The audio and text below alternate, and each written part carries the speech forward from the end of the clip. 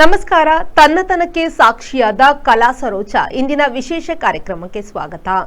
ಬೆಂಗಳೂರಿನ ಚಾಮರಾಜಪೇಟೆಯಲ್ಲಿ ಹುಟ್ಟಿದ ಹಳ್ಳಿಯ ಹೆಣ್ಣು ಸರೋಜಾ ದೇವಿ ಕೆಲವು ಕಾಲ ಭಾರತದ ಕಲಾತೆರೆಯನ್ನು ಅದ್ಭುತವಾಗಿ ಆಳಿದ್ರು. ಕಿತ್ತೂರು ಚೆನ್ನಮ್ಮನಾಗಿ ರಾಣಿ ಪಾತ್ರದ ಸರೋಜಾ ಆಗಿದ್ರು. ಅವರ ಸಾಧನೆಯ ಒಂದು ಬೊಟ್ಟು ಈಗ ನಿಮ್ಮ ಮುಂದೆ.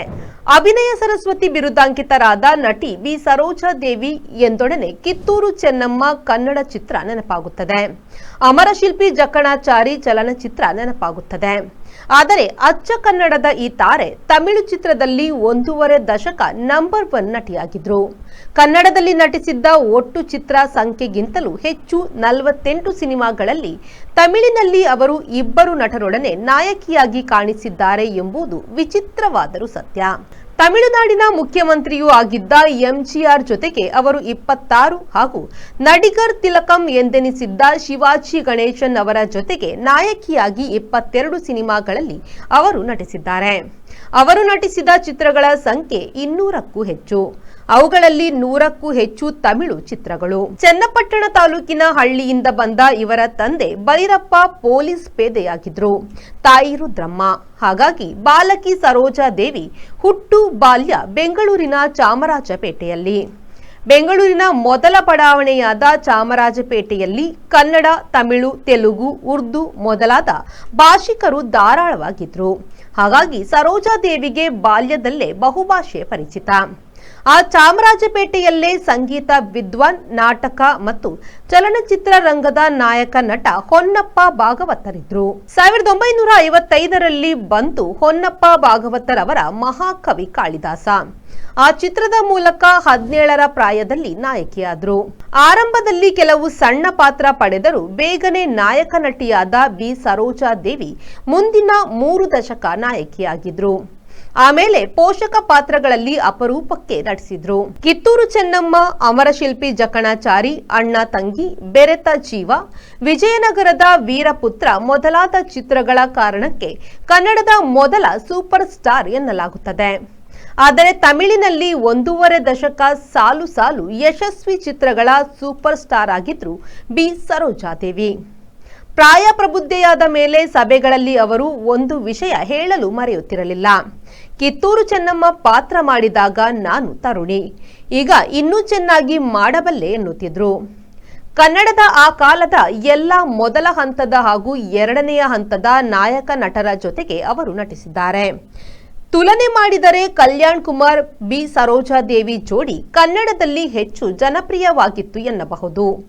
ರಾಜ್ಕುಮಾರ್ ಕನ್ನಡದ ಏಕಮೇವಾದ್ವಿತೀಯ ನಟರಾಗಿದ್ದುದರಿಂದ ಅವರ ಜೊತೆಗೆ ನಟಿಸಿದ್ದು ಕೂಡ ಯಶಸ್ವಿ ಎನ್ನುವುದರಲ್ಲಿ 2 ಮಾತಿಲ್ಲ. ಆ ಕಾಲದ ತಮಿಳು, ತೆಲುಗು ಅಷ್ಟೇ ಏಕೆ ಹಿಂದಿ, ಮಲಯಾಳಂ ಚಿತ್ರರಂಗದ ಎಲ್ಲ ಅಗ್ರ ನಾಯಕರೊಂದಿಗೆ ಸರೋಜಾದೇವಿ ನಟಿಸಿದ್ದಾರೆ. ಶಿವಾಜಿ ಗಣೇಶನ್, ಎಂಜಿಆರ್ ಜೊತೆಗಿನ ಅವರ ಎಲ್ಲ ಚಿತ್ರಗಳು ಅತಿ ಜನಪ್ರಿಯ. ಪದ್ಮಭೂಷಣ, ಪದ್ಮಶ್ರೀ, ಭಾರತ ಸರ್ಕಾರದ ಜೀವಮಾನ ಸಾಧನೆ ಪ್ರಶಸ್ತಿ, ಡಾಕ್ಟರ್ ರಾಜ್ಕುಮಾರ್ ಜೀವಮಾನ ಸಾಧನೆ ಪ್ರಶಸ್ತಿ, ತಮಿಳುನಾಡಿನ ಜೀವಮಾನ ಸಾಧನೆಯ ಕಲೈಮಾಮಣಿ ಪ್ರಶಸ್ತಿ ಎಂದು ಬಿ ಸರೋಜಾದೇವಿ ಪಡೆದ ಪ್ರಶಸ್ತಿಗಳ ಪಟ್ಟಿ ಬಹಳ ಉದ್ದವಾದದ್ದು. 1958ರ ನಾಡೋಡಿ ಮನ್ನನ್ನಿಂದ 1966ರ ಪರಕ್ಕುಂ ಪಾವೈವರೆಗೆ ಎಂಜಿಆರ್ ಜೊತೆಗಿನ 26 ಚಿತ್ರಗಳು ಎಲ್ಲ ಹಣ ಮಾಡಿದವುಗಳೇ ಆಗಿವೆ. ಅದೇ ಯಶಸ್ಸು ಶಿವಾಜಿ ಗಣೇಶನ್ ಜೊತೆಗಿನ 22 ಚಿತ್ರಗಳಲ್ಲೂ ಅವರು ಗಳಿಸಿದ್ರು. ತೆಲುಗಿನಲ್ಲಿ ಎಎನ್ಆರ್, ಎನ್ಟಿಆರ್, ಹಿಂದಿಯಲ್ಲಿ ದಿಲೀಪ್ ಕುಮಾರ್, ಸುನಿಲ್ ದತ್, ರಾಜೇಂದ್ರ ಕುಮಾರ್ ಎಂದು 60, 70ರ ದಶಕದ ಎಲ್ಲಾ ನಾಯಕ ನಟರ ಜೊತೆಗೆ ಅವರು ಅಭಿನಯಿಸಿದ್ದಾರೆ. ಒಟ್ಟು 6 ಭಾಷೆಗಳ ಚಿತ್ರಗಳಲ್ಲಿ ಅವರು ಕಾಣಿಸಿಕೊಂಡಿದ್ದಾರೆ. ಇಂಜಿನಿಯರ್ ಶ್ರೀ ಹರ್ಷರನ್ನು ಮದುವೆಯಾಗಿದ್ದ ಅವರು 2 ಮಕ್ಕಳ ತಾಯಿ. ಸಂಸಾರಿಯಾಗಿದ್ದಾಗಲೂ ಮಿತಿಯೊಡನೆ ಚಿತ್ರರಂಗದಲ್ಲೂ ಮುಂದುವರೆದಿದ್ರು. 2019ರ ನಟ ಸಾರ್ವಭೌಮ ಸರೋಜಾದೇವಿಯವರ ಕೊನೆಯ ಚಿತ್ರ.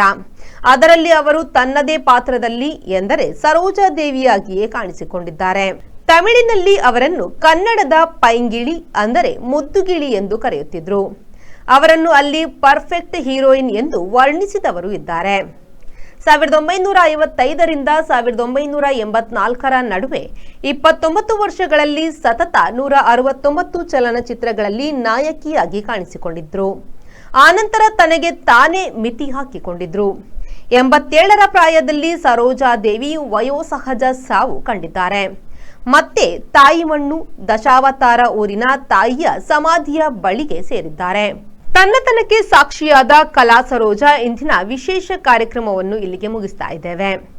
ಸರೋಜಾದೇವಿ ತನ್ನತನದ ಪಾತ್ರಗಳಲ್ಲಿ ಕಾಣಿಸಿದ್ದು ಮಾತ್ರವಲ್ಲ, ಬದುಕಿನಲ್ಲೂ ತನ್ನತನ ಉಳಿಸಿಕೊಂಡಿದ್ದರು ಎನ್ನುವುದು ಮರೆಯಲಾಗದ ಸತ್ಯ. ಇದು ಇವತ್ತಿನ ವಿಶೇಷ. ನಿರಂತರ ಸುದ್ದಿ ಮತ್ತು ಮನರಂಜನೆಗಾಗಿ ನೋಡ್ತಾ ಇರಿ V4 ನ್ಯೂಸ್.